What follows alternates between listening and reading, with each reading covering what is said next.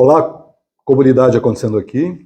Eu hoje estou conversando com Álvaro Fernando, um profissional da área de publicidade por 25 anos em São Paulo. Ele tem na sua trajetória milhares de reuniões realizadas com agências e anunciantes do Brasil inteiro e do exterior. Ele vai poder contar quais são as marcas. E produziu mais de 3.000 trilhas sonoras para o mundo publicitário. Ele está morando atualmente em Florianópolis e eu tive o privilégio de marcar esse encontro aqui para levar para vocês a trajetória de Álvaro Fernando. Álvaro, muito obrigado por nos receber. Uma honra, eu que agradeço. Conversar conosco. Valeu. E eu vou começar perguntando assim, Álvaro Fernando, where are you from? Você sabe que eu fiz uma palestra uma vez, chamava Where are you from? Né? Porque a primeira pergunta que fazem pra gente quando a gente sai do Brasil, né? E a gente responde, Brasil. Brasil. Né? E as pessoas fazem uma cara boa. Fazem uma cara boa pra gente. Sim. Muitas vezes eu falo assim, pô, você fez uma cara boa pra mim agora, quando eu falei Brasil. Você conhece o Brasil? Você já foi pro Brasil? Não conheço o Brasil, mas eu gosto. A imagem é boa, né? Tivemos grandes ícones construindo essa imagem. As pessoas gostam da gente. Que bom. Fala um pouquinho da sua formação, o que você estudou na vida antes de entrar na propaganda, como é que você entrou no mundo publicitário, dá uma ideia assim, como é que você se preparou para um dia ter esse título, 3.000 peças publicitárias com a tua trilha. Dá para divertir 3.000, viu? O meu negócio sempre foi a música, né? Então, quando chegou a época de prestar vestibular, fazer faculdade, tudo isso, eu já estava muito encaminhado na música, mas tinha aquela insegurança de ser músico profissional, né? Uhum. Então fui para o lado de humanas, acabei entrando e fazendo direito na USP, me formei em direito, mas nunca trabalhei, porque daí no final da faculdade a nossa produtora já estava começando a andar mais um passo mais rápido assim, uhum. e daí a música me levou para publicidade, né? Porque inicialmente eu acompanhava cantores e fiz turnê pela Europa, pelos Estados Unidos, mas a trilha sonora ela me pegou de um jeito, porque a trilha sonora é um negócio apaixonante. Sem dúvida. E a publicidade tem essa coisa da velocidade da publicidade, de fazer música para 30 segundos, que é a maioria dos... E nunca tem repetição, né? Cada dia é um desafio novo, é uma vida nova na propaganda. E conhecer gente, né? Publicidade trouxe muitos amigos, na verdade. 25 anos em São Paulo. Vamos falar assim de 3 ícones. Washington Oliveto, Nizam Guanais, Marcelo Serpa. Marcelo Serpa é Samarca em Cannes, 137 leões. Qual deles você acha que representa a propaganda brasileira e com qual deles ou com quais deles você mais fez trabalho? Entre esses eu acho que eu fiz mais com o Nizam, fiz com o Washington também, sempre junto à produtora Filme da Flávia Moraes, e com o Serpa também, mas menos eu acho, na UMAP, né? Eu acho que cada um tem a sua magia, né? O Washington tem uma coisa de apresentar o trabalho muito bem, né? Ele conduz a reunião de apresentação. Show. Sem dúvida. De um jeito assim, né? O Nizam tem aquela coisa explosiva, né? Porque ele mesmo diz, né? Baiano não nasce, estreia. Ele chega nas reuniões estreando, né? É bem diferente. E acho que o Marcelo é mais estratégico, mais calmo, né? Mais lógico, talvez, dos três. Sim. E você consegue se lembrar de alguma dessas campanhas? Você chegou a fazer o primeiro sutiã? Aquela trilha sensacional. Não, aquele lá, eu sou de uma turma mais jovem? Sou uma turma mais jovem. Eu lembro de uma campanha de Guaraná Antártica que a gente fez com o Nizam, que foi muito legal. Mais tarde eu fiz algumas coisas de Guaraná também e fiz uma assinatura que as pessoas geralmente conhecem, porque era com a minha voz. Então, geralmente, quando eu falo assim, ó, Guaraná Antártica, esse é o sabor. As pessoas lembram, falam, eu conheço essa voz. É uma série pizza com Guaraná, pastel, Guaraná? Não, essa é MCR com... É posterior? Com o Nizam. Não, tu fez depois. É anterior aos trabalhos que eu fiz. Mas a MCR foi e é uma produtora que marcou a história da produção de fonogramas publicitários no Brasil, né? Eu fui presidente da Prosom, né? Associação Brasileira de Produtores Fonográficos. E que, desculpe fazer o parênteses, mas eu acompanhei quando eu estava em São Paulo ainda, o trabalho da ProSom, ela sempre foi de guerrilha, né? De buscar seu espaço, de cobrar, de se posicionar, de brigar por uma luz, né? Por os direitos, por tudo.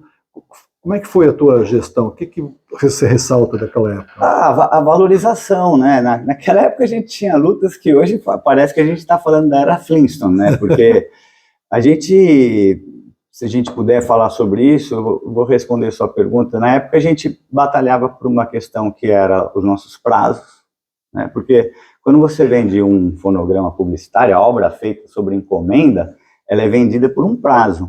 O nosso prazo era 180 dias. A partir do momento que esse prazo passa, quer dizer, você não vende a música, né? Você faz uma concessão de direitos autorais. Então, quando passa o prazo, há uma renovação de direitos autorais. Então, essa era uma das nossas lutas, nossas bandeiras, e que, de uma forma geral, o mercado tratava a gente bem. Não havia quem fosse contra os nossos direitos e quisesse acabar. O que eu acho interessante a gente fazer um paralelo para o dia de hoje é que a questão dos direitos autorais hoje, ela vai bater com a minha faculdade, sabe? É uma coisa que une, vamos dizer, esse mundo da publicidade com o mundo do direito. A gente tem hoje uma transformação que mexe com a primeira coisa que se aprende quando você entra numa faculdade de direito, que chama soberania nacional. A hora que a gente tem os grandes players de mídia, como o YouTube, TikTok, Instagram e etc., você não tem mais o controle daquilo que é mídia no país, né? Aquilo deixou de ser uma concessão do Estado. Então, hoje a gente tem uma transformação aí e que mexe totalmente com os direitos autorais, em especial, posso dizer, dos músicos e tudo isso, né? A gente tem hoje uma questão na música que o mercado de música mudou de um jeito, que sabe quem ficou fora do mercado da música? O músico. Faz tudo hoje pelas plataformas, ensinam a fazer tudo, né? Então o músico ficou fora do mercado. Então não existe mais músico? Não, existe muito músico bom e através dessas redes mesmo a gente vê os músicos incríveis que tem, inclusive as crianças incríveis que existem, que a gente vê elas tocando e fala, meu Deus, como que é possível uma criança tocar assim? Como que ela entende essa música? Para interpretar uma música, você tem que entender o objetivo do autor, você tem que entender o que ele queria dizer para você poder interpretar. E são coisas profundas, né? É impressionante quando você olha uma criança tocando uma coisa assim, como o Jobim, por exemplo, né? É incrível. E como é que você pode falar sobre a tua obra principal? Você teria um primeiro jingle, a primeira trilha que você se lembra e a última, e uma que você considera que esse aqui não tem. Vamos falar da primeira e da última, você falou, não vou fazer mais, e depois você fala daquela The Best, só para a galera se lembrar um pouco de você. Eu acho que vai... Como que eu vou dizer isso? Porque é uma mistura, né, de paixão pelo que eu vivi, pelos amigos que eu fiz, e ao mesmo tempo um momento que você olha e fala assim, pô, eu tô a fim de fazer outra coisa. Eu já fiz muito isso. Como você disse, 3 mil é bastante. Então, às vezes as pessoas falam, pô, 3 mil? Eu falei, não, peraí, conta. 1, 2, 3. Eu falei, é bastante. Porque, lógico, você vai fazer um trabalho, você conhece tão bem essa área, você sabe a quantidade de reuniões que você tem para um trabalho. Você começa fazendo um orçamento, depois você tem uma reunião de briefing, depois você vai produzir, daí você tem uma reunião de apresentação, que geralmente leva a algum ajuste, alguma refação, às vezes pode encrencar e fazer várias, né? Então, assim, meu maior aprendizado foi em participar de reuniões. O 3 mil trabalhos? 5, só aí já dá umas 20 mil reuniões. Eu falo 6, geralmente falo, já participei de umas 6 mil reuniões, para falar, pô, eu consigo me defender que eu fiz 2, pelo menos, para cada trabalho, né? Mas voltando às peças, eu acho que logo no começo, eu não devia dizer isso, porque vai entregar um pouco o quanto tempo isso faz, né? Mas a trilha do Ford Del Rey, com direção do Olivier Perroat, amigo meu. E foi um negócio que foi, vamos dizer, uma trilha que a gente fez que foi importante para a gente na época ter feito, que chamou muita atenção. Sim. E a The Best, ela está entre as últimas, que é a assinatura de iFood. Então, hoje... Atual? Que usa atual? Sim. Como é que é? iFood. É a tua voz, não? A minha é que, às vezes, tem alguns filmes que sou eu que assino, que diz assim, ó, iFood, baixou, pediu, comeu. Essa é recente também, né? Sim, então, por isso você disse, entre a The Best, eu juntei aí a The Best com a última, porque isso ficou muito marcado, né? Ela é considerada por alguns a assinatura mais conhecida hoje do Brasil. Né? Tanto é que eles foram para a televisão para fazer força em cima desse iFood, né? Eu comecei, quando o iFood começou a anunciar mais fortemente, as pessoas não conheciam a marca ainda, como toda marca começa, as pessoas não conhecem. E era uma conta da NBS, eu já estava trabalhando. E daí que a gente criou essa assinatura, que foi um grande sucesso com a criação do Cássio Faraco, que coordenava toda a criação e com quem eu fiz muitos trabalhos também. Legal. E foi um grande sucesso, né? São anos que está aí, não há quem não conheça. Não tem quem não conheça. E você tem saudade da Croisset? Do quê? Croisset? O que seria Croisset? A avenida principal de Cannes? Você já foi em Cannes? Olha, você ganhou leões em Cannes? Eu ganhei 3 leões em Cannes. Estou fazendo uma brincadeira, você ter saudade de passear e pegar prêmios. Se você falasse o Palais, eu acho que eu ia lembrar. Mas é uma experiência deliciosa, né? Pessoa que puder fazer esse programa de assistir um festival em Cannes, é um espetáculo, né? Mas olha, eu mudei muito de vida e de pessoa. Já vamos falar da vida nova? No Ribeirão da Ilha, vamos falar. Então, quando a gente fala assim, você tem saudades do Palais, eu posso dizer assim, sim e não. Sim e não. Quais foram os prêmios que você foi buscar no Palais? Você ganhou em Cannes? A gente ganhou... Quais marcas? A gente ganhou com... Primeiro a gente ganhou com Rayovac. Rayovac. Depois ganhamos com uma farinha Boa Sorte, um filme do Daniel Pomirov. Jurado em Cannes quase todo ano, né? Ele é genial. Ele ganhou muito. Muitos. Presidente de júri de filme, quer dizer, que não é para qualquer um, né? Daniel é... E o terceiro? E o terceiro leão foi com Mizuno, tênis Mizuno. Mizuno? E aí com o Alex? Marcelo Serpa. Com Marcelo Serpa. É. Tá. Era Mizuno na frente, Nike na frente. Mizuno na frente, Nike na frente. Mizuno na frente, Nike na frente. Era o corredor com um tênis de cada pé. Bom, nós já falamos bastante de propaganda, passamos pelo Palais, ganhamos prêmios, falou de várias coisas legais. A gente ficaria 2 dias conversando sobre esse assunto, e eu tenho 50 anos de vivência nisso. Mas eu queria falar sobre a razão que te fez dar o basta nisso e mudar-se para Florianópolis, escolher um dos lugares mais bucólicos aqui da ilha, Ribeirão da Ilha, um lugar tradicional, cultura, gastronomia e história. Escreveu um livro lá, está escrevendo o segundo, depois você vai contar. O que fez você romper com isso e vir para cá? Foi uma coisa acontecendo naturalmente, assim, né? Eu acho que a gente vai mudando e o mercado vai mudando, as coisas vão mudando. Então, em 2007, a gente estava na feira da Audio Engineering Society e o tema da feira era o fim da indústria da gravação, né? Então, ali você vê... eu tive a felicidade de concorrer ao Grammy também, infelizmente não fui premiado, mas ali na mesa, só ter ido concorrer já é um prêmio. Vencedores ali de 15, 20 Grammys, falando do fim da indústria da gravação. Né? Quando a gente viu isso, a gente sabia que o nosso mercado sofreria uma transformação muito forte, e não foi diferente, né? Hoje é totalmente diferente do que o mercado que a gente trabalhava.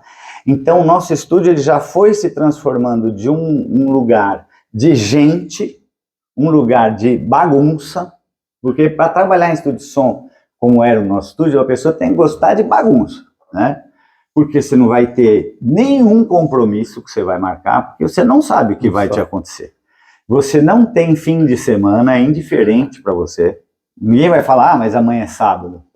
Tanto faz, não tem feriado, não tem horário. Então, o cara que não gosta disso, cara, não, eu quero fazer um curso de inglês toda terça e quinta. Você não pode trabalhar com isso. Claro. Curso de inglês para você, quando der. Você liga e fala, pode ser agora, né? E daí vai. E isso foi se transformando em pequenos boots de tecnologia, né? Então eu lembro que eu fiz uma trilha para BIC, que eu fui para a praia no fim de semana, eu tinha que fazer esse trabalho no começo da semana, e eu estava testando o Logic Express, porque eu me transformei num técnico de Logic e Pro Tools, que são os dois softwares que a gente mais usa até hoje. Até hoje eles dominam isso. E aí eu fiz a trilha no meu laptop. Quando eu vi, eu tinha feito a trilha. Comecei a ouvir e falar, pô, mas agora ficou boa, né? Agora ficou boa. Eu lembro que a locução era do locutor que chama Phil, muito conhecido, um dos nossos locutores mais conhecidos. Eu falei, Phil, manda a locução para mim no fim de semana, vai. Ele mandou, eu pus a locução. Eu vou fazer outra opção dessa trilha aqui, para ver, comparar. E aí eu fiz outra opção e juntei tudo e falei, nosso mercado não é mais o mesmo. Porque eu estou testando esse produto aqui. Como eles conheciam a gente e eles davam para a gente dizer o que achava. E depois o produto saiu mesmo, é Logic, né? Que foi o primeiro produto que lançou um Apple Loop. Quem não sabe o que é isso, é aquele pedacinho de música que você coloca e ele se repete. Então quando você ouve uma bateria, são loopings. Você cola isso, copy e paste. E aí você pode ter um contrabaixo. Faz você vai juntando, né? Daí você tem um piano. Isso não existia. Você tinha que tocar a bateria, gravar o contrabaixo, e de repente você começou a fazer copy e paste.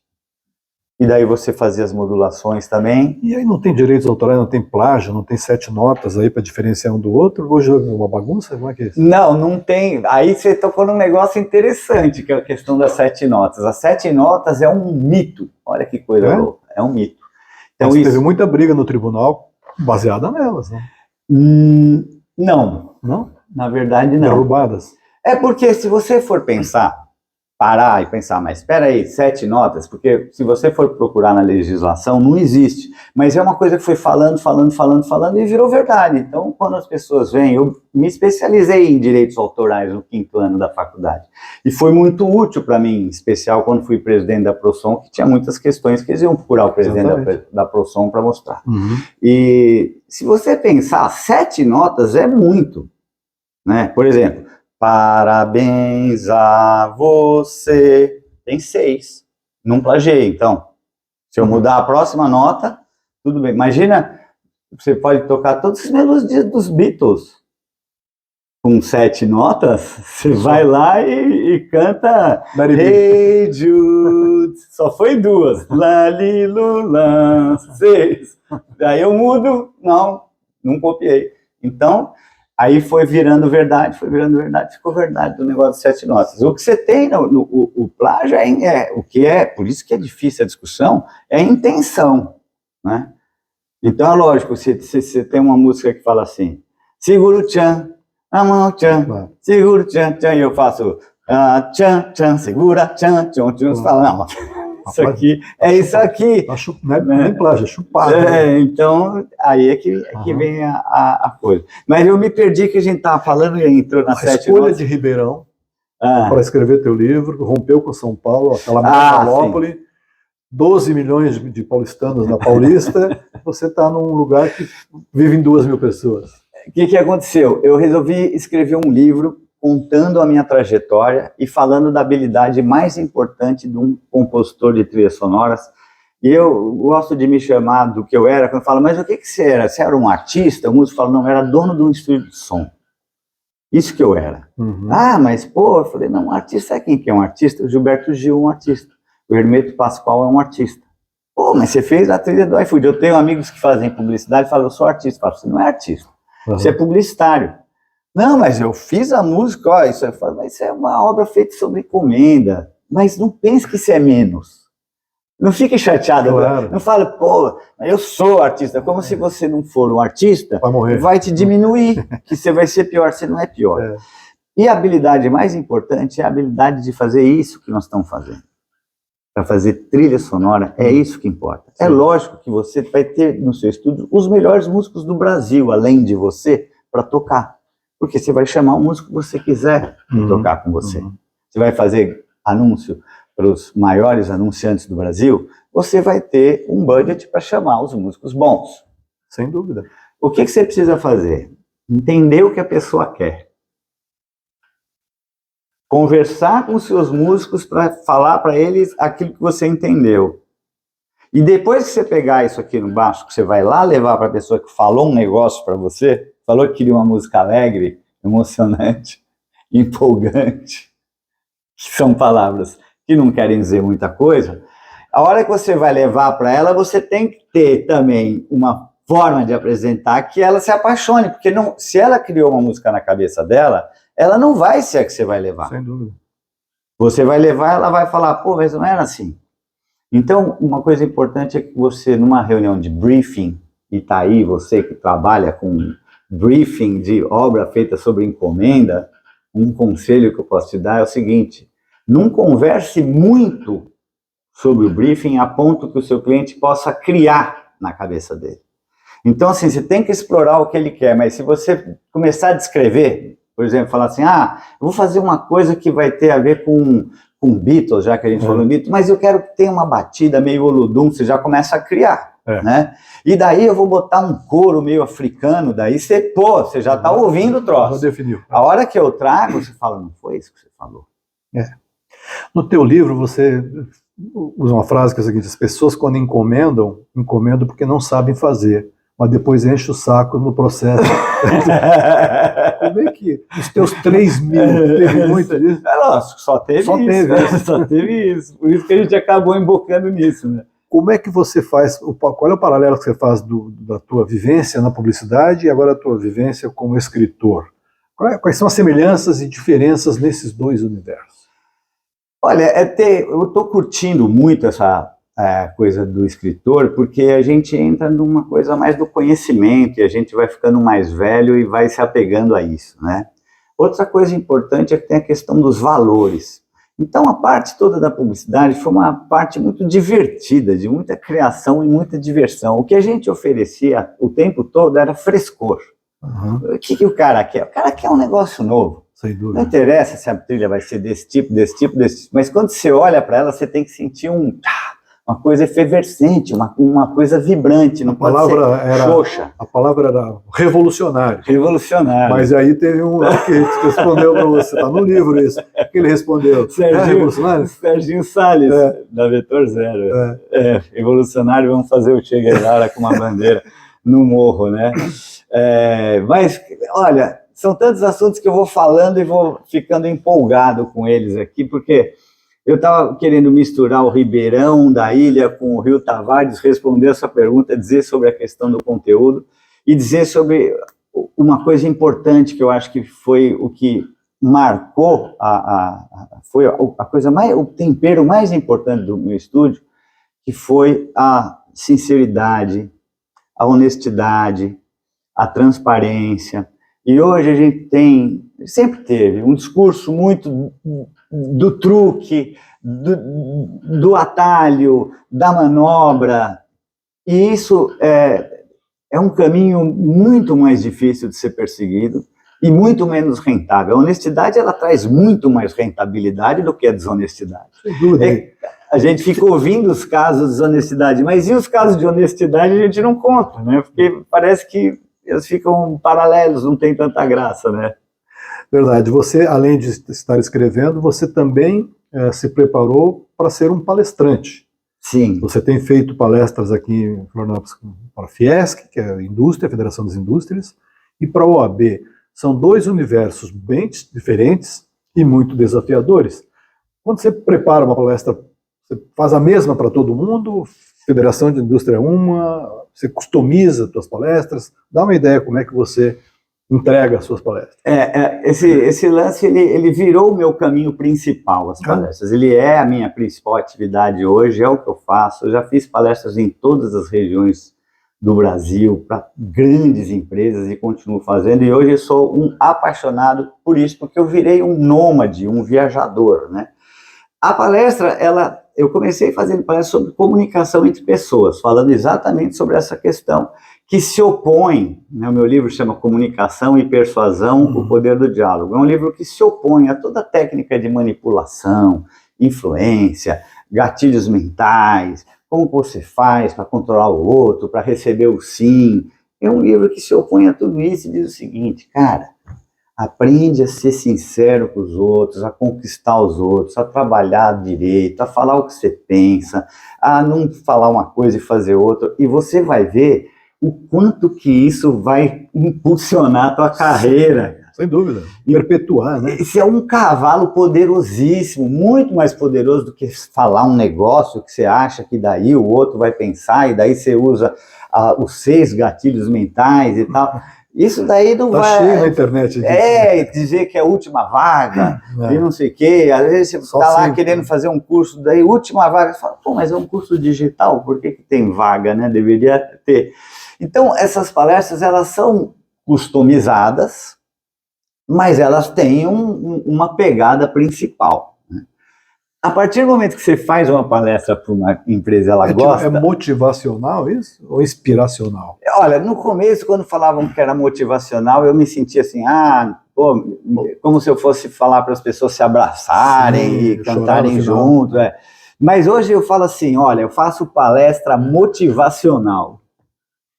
Eu falo, eu não faço palestra desmotivacional. A pessoa entra... Você não está aqui para se arrepender da vida. Né? A pessoa sai chorando da palestra. Não, eu faço palestra motivacional. Sim. Eu quero que a pessoa saia de lá feliz e contente, olhando para a vida com otimismo, sabe? Então a gente passa conteúdo, então eu falo que é motivacional através do conhecimento. A pessoa aprende coisas, ela olha e fala assim, por quê? Porque você viveu a carreira, você fez essas reuniões todas, você viveu e aí você conta para elas, mas não truques, coisas que elas saem de lá e aplicam no dia seguinte. Né? E à medida que você começa a fazer isso, eu fui muito bem recebido nesse mercado de recursos humanos ou de desenvolvimento de pessoas, fui representar o Brasil junto com a Associação Brasileira de Treinamento e Desenvolvimento em Denver, nos Estados Unidos, participei de todos os maiores congressos de educação do Brasil. Esse ano participei do maior congresso de educação do Brasil, que foi em São Paulo, da Futura Eventos, e centenas de palestras em company. O que acontece? O teu cliente, às vezes, ele te chama de novo, mas o teu assunto é comunicação, você já fez a sua palestra. Então, eu comecei a falar sobre protagonismo e propósito de vida, porque eles falavam, conta como que você fez isso, você estava fazendo um negócio e daí você mudou.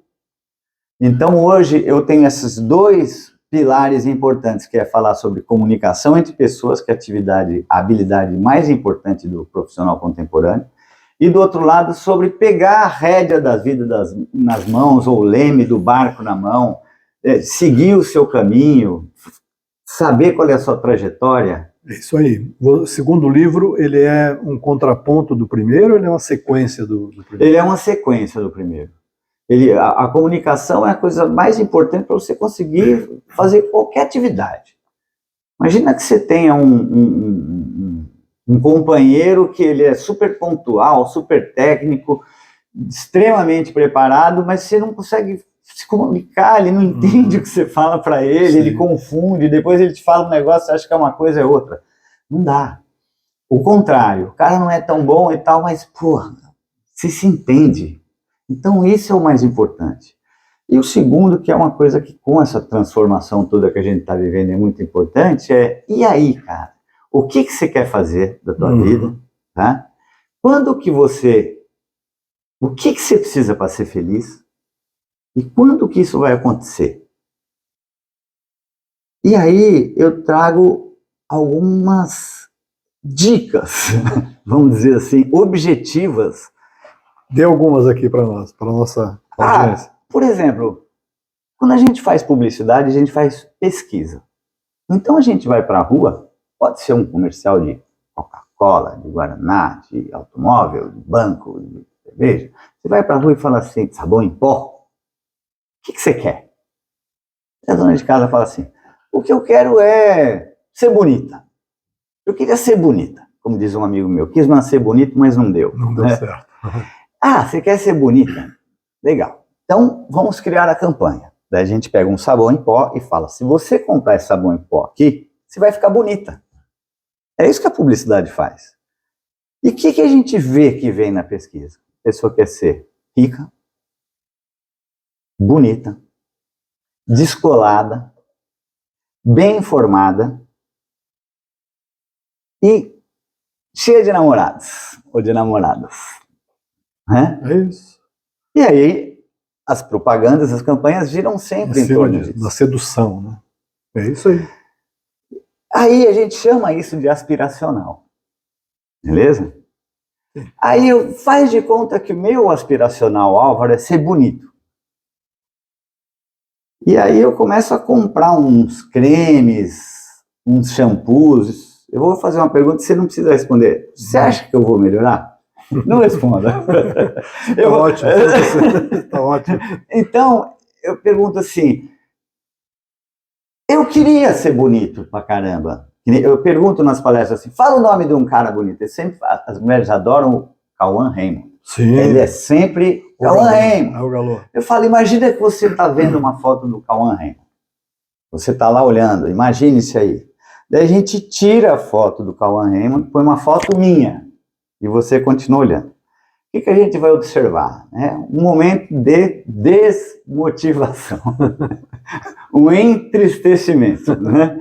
Agora, imagine que o meu aspiracional é esse. Não é que eu não queria ser bonito com ele. Eu queria ser bonito com ele, mas veja que se esse é o meu aspiracional, é um problema. Isso não vai acontecer. Frustração total, claro.